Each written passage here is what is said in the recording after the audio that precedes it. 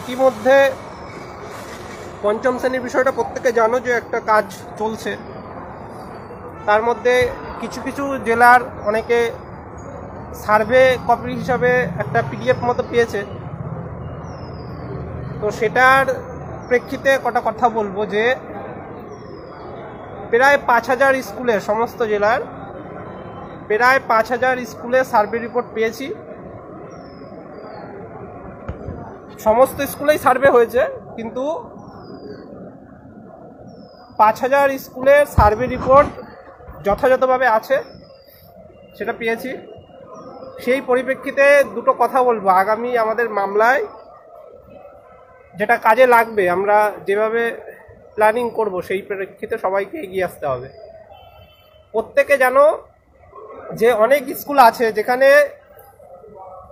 1, 2 বা শিশু শ্রেণী থেকেই প্রায় 8 অবধি ক্লাস হয়। অনেক স্কুল আছে একই বিল্ডিংয়ে প্রায় প্রথম শ্রেণী থেকে একবারে অষ্টম শ্রেণী পর্যন্ত বা মাধ্যমিক পর্যন্ত বা উচ্চ মাধ্যমিক পর্যন্ত ক্লাস হয়। সেই স্কুলগুলোতে আপনারা দেখবেন অনেক স্কুলে পঞ্চম শ্রেণীটা হাই স্কুলে রেখে দিয়েছে, প্রাথমিকে আনছে না। তো সেই স্কুলগুলোর নাম, ঠিকানা আপনারা আমাদের অ্যাডমিনদের কাছে দ্রুত পাঠাবেন চিহ্নিত করে। এটা সারা রাজ্য জুড়ে করতে হবে। যে স্কুলগুলোতে একই বিল্ডিংয়ে প্রথম থেকে মাধ্যমিক বা উচ্চ মাধ্যমিক বা প্রথম থেকে অষ্টম শ্রেণী পর্যন্ত ক্লাস হয়, সেই স্কুলগুলোতে যদি ক্লাস 5টা প্রাথমিকের আন্ডারে না থাকে, সেরকম স্কুলের নাম, ঠিকানা এগুলো কিন্তু আপনারা একটু পাঠাবেন অ্যাডমিনদের। এটা খুব দ্রুত করবেন, এটা কাজে লাগবে পরবর্তীকালে আমাদের। হাই স্কুলগুলোতে যাতে আমরা পঞ্চম শ্রেণীটা কমাতে পারি দ্রুত, সেই পরিপ্রেক্ষিতে প্ল্যানিং করতে হবে। সেই জন্য বলছি প্রত্যেককে এগিয়ে এসে এটা কাজ করতে হবে, কারণ সারা রাজ্য জুড়ে কিন্তু আমরা কয়েকজন অ্যাডমিনরা এই কাজটা করতে পারবো না। প্রত্যেককে এগিয়ে আসতে হবে এবং প্রত্যেককে বলতে হবে যে তার বাড়ির পাশের এই স্কুলটাতে 1 to 8 পর্যন্ত বিল্ডিং, একই বিল্ডিংয়ে ক্লাস হয়, কিন্তু 1 to 4 সকালে হয়, বাকিটা দুপুরে হয়। এরকম যদি থেকে থাকে সেটা জানাবেন। এটা হলো প্রথম কথা। আর আগের দিনে শুনানির যে বিষয়টা, যারা কেস গ্রুপে আছেন, যারা ফান্ডিং করেছিলেন তারা জানেন, বাকি অনেকে যারা বাইরে রয়েছেন তারা কিছুটা জানেন, কারণ বাইরেও আপডেট দেওয়া হয়েছিল সেই মামলায়, যেহেতু গুরুত্বপূর্ণ মামলা। তাও বলে দিচ্ছি, আগের দিন মামলা আমাদের ছিল 42 নম্বরে, কিন্তু সেখানে আপনারা দেখবেন যে 40 পর্যন্ত হচ্ছে গিয়ে শুনানি হয়েছে, মানে আর্গুমেন্ট হয়েছে। তারপরে বিচারপতিরা যেহেতু উঠে যাবেন, কিন্তু যে যে মামলা লিস্টেড থাকে অর্ডার অনুযায়ী, সেই মামলাগুলোর ক্ষেত্রে কোনোটা নির্দিষ্ট তারিখ দিয়েছেন, কোনো মামলাটা বলেছেন কদিন বাদে শুনবেন, এই রকমভাবে হয়েছে 53 অবধি। লাস্ট দেখবেন 53 অবধি ছিল। তো আমাদের মামলার ক্ষেত্রে যেটা হয়েছে, আমাদের 42 নম্বরে ছিল, সেখানে আমাদের মামলা এবং অন্যান্য অনেক মামলা বিচারপতি বলেছেন যে 2 সপ্তাহ বাদে আবার এই মামলাগুলো শুনবো। তো আমাদের মামলা আবার 2 সপ্তাহ বাদে যখন তখন উঠে যেতে পারে, এই হচ্ছে পরিস্থিতি।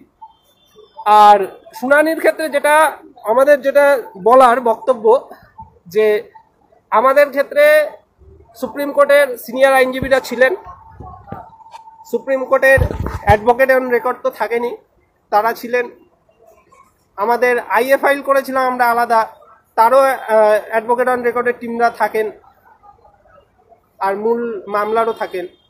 তারপরে কলকাতা হাইকোর্ট থেকে যারা গিয়েছিলেন, কলকাতা হাইকোর্ট থেকে আমাদের যে অ্যাডভোকেটরা গিয়েছিলেন তাদের প্যানেল পুরো ছিল।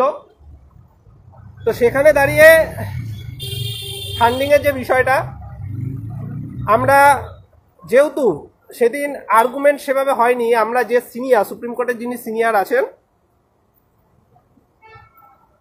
তিনি যখন পরবর্তী শুনানিতে যদি আমরা তাকেই রাখি, তাহলে আমরা তখন তার কাছে আমরা এই অনুনয়টা করব, অনুরোধটা জানাবো যে ফিজের বিষয়টা নিয়ে।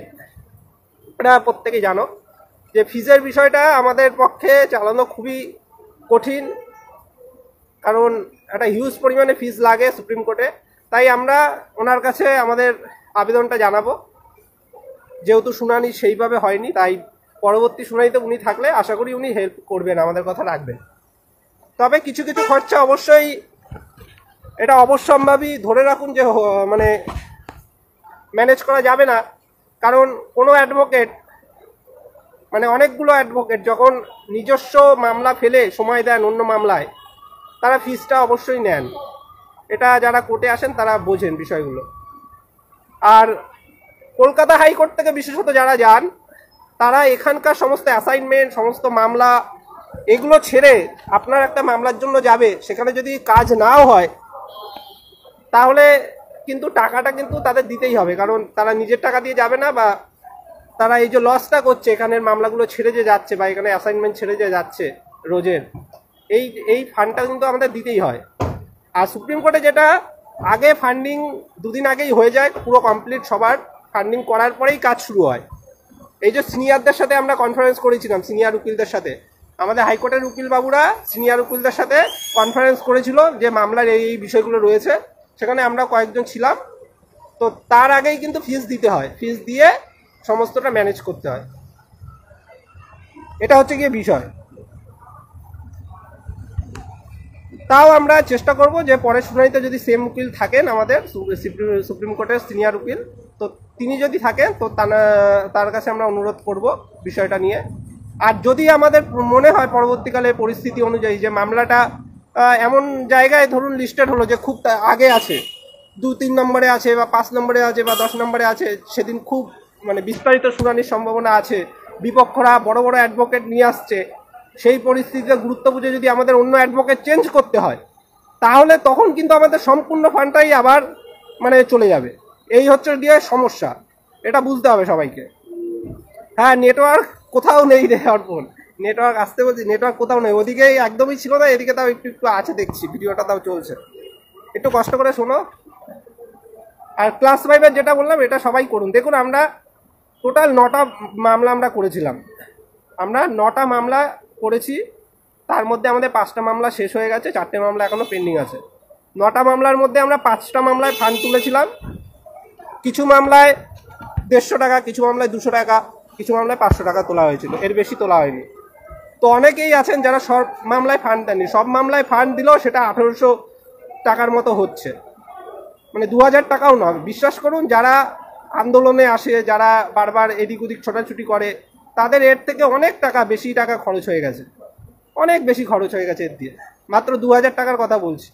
আবার অনেকে আছেন যারা এই 2000 টাকার থেকেও বেশি ফান্ড দিয়েছেন কেসে, অনেকে ডবল করে ফান্ড দিয়েছেন, এরকমও অনেক ব্যক্তি আছেন, অনেকে বেশি টাকা ফান্ড দিয়েছেন। আবার অনেকেই আছেন যারা সবটাই ফান্ড দেয়নি, শুধু কোনো মামলায় দেখা যাচ্ছে 150 টাকা বা 200 টাকা ফান্ড দিয়ে আর দেয়নি কোনো কেসগুলোতে। এইটা একটু সবাইকে বুঝতে হবে। আমরা মানে 5টা মামলায় ফান্ড তুলেছিলাম, সেটা টোটাল মামলার ফান্ড ধরলেও হিসাব মতো 1800 টাকার মতো হচ্ছে। তো সেই টাকাটাও সবাই দেয়নি, অনেকেই দেয়নি, প্রায় 90%ই দেয়নি বলতে গেলে। কারণ বেশিরভাগই হচ্ছে 1-2 মামলায় টাকা দিয়েছে। তো এইটা চালাতে হবে। যে 4টে মামলা পেন্ডিং আছে, খুবই গুরুত্বপূর্ণ 4টে মামলা, সেই মামলাগুলো নিয়ে বারবার বোঝানো হয়েছে এর আগেও, এখন আর বিস্তারিত বলছি না। কারোর যদি জানার থাকে আপনারা আগের মেসেজগুলো দেখবেন বা অ্যাডমিনদের সাথে পরামর্শ নেবেন। আর প্রত্যেককে বলবো এই বিষয়গুলো ছড়িয়ে দিন। অনেকে জানে না যে এই চলছে, এত সমস্যা রয়েছে, অনেকে জানে না।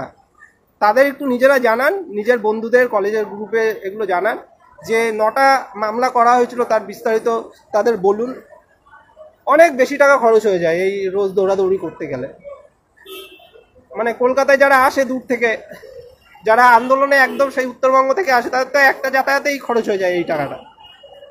বা যারা রোজ এমনি কাজে আসে, তাদেরও পার ডে 150-200 টাকা মিনিমাম খরচা হয়ে যায়।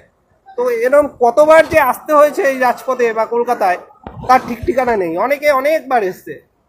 তো এইগুলো একটু বুঝুন নিজে থেকে, এটা একটু করুন। আর ক্লাস 5-এর যেটা বললাম, আবারও বলছি, যে স্কুলগুলোতে দেখবেন যে একই বিল্ডিংয়ে 1 to 8 পর্যন্ত ক্লাস হচ্ছে, বা 1 to 10 বা 1 to 12 ক্লাস হচ্ছে, সেই স্কুলগুলোতে যদি 5ম শ্রেণী প্রাথমিকে না থাকে, সেই স্কুলের নাম, ঠিকানা সমস্ত কিছু আমাদের অ্যাডমিনদের দ্রুত পাঠাবেন। এটা সবাইকে মিলে করতে হবে, সবাইকে ছড়িয়ে দিন। এটার জন্যই মূলত আজকে লাইভটা করলাম। আজকে উকিলবাবুদের সাথে একটু কথা বললাম বিষয়গুলো নিয়ে, এবং কিছু আমি প্রায় 5000 স্কুলের survey report, final survey report পেয়েছি, সেগুলো নিয়ে আলোচনা করলাম।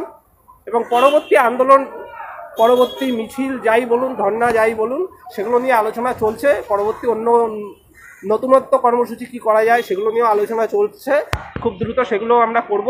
আমাদের সেপ্টেম্বরের মধ্যে যদি আমরা নোটিশ আনতে পারি কোনো সমস্যা থাকবে না, আর সেপ্টেম্বরের মধ্যে না আনলে সেই পুজো চলে আসবে আবার অক্টোবরে, তারপর আবার তোড়জোড় হবে। তাই আমরা যত দ্রুত পারবো চেষ্টা করব, তারপরে বাকিটা যা হবে দেখা যাবে। এইটুখানি বলে শেষ করছি। যদি কিছু শোনা না যায় প্রত্যেকে হোয়াটসঅ্যাপে জেনে নেবেন, অ্যাডমিনদের থেকে ভয়েসে বলে দেওয়া হবে। ধন্যবাদ।